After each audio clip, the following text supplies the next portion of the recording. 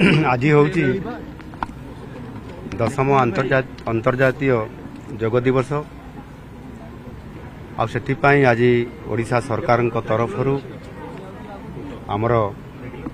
व्यापक भाव में ये अंतर्जातीय योग दिवस को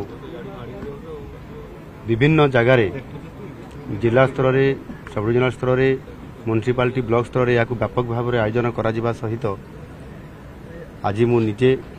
ये आमर कलिंग स्टाडियम प्रिमिसेस भितर आज यहाँ आम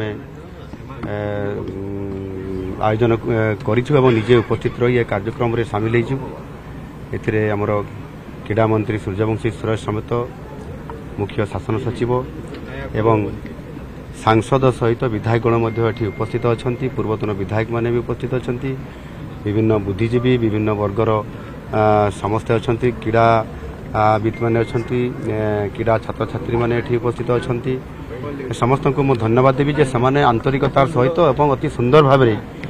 ये योग दिवस रे उपस्थित रही योगाभ्यास करिसेंती एवं गोटे भल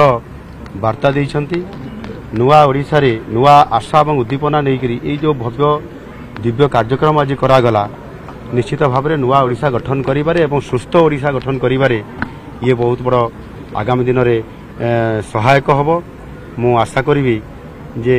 ये जो योग निज शरीर सुस्थ पाई एवं समाज पाई ये जो गोटे मुख्य प्रसंग विषय कि आज आसी ताकू ये वर्ष तमाम या किभली भाव में लोकों पाखक पहुँची पार व्यापक भाव में जनसचेतनता करा आम सरकार सचेतन रहा सहित निश्चित भाव में ये कार्यक्रम को तल स्तर को पहुँचे यह अत्यंत खुशी और आनंदर विषय आज यह सफलता होता कारण।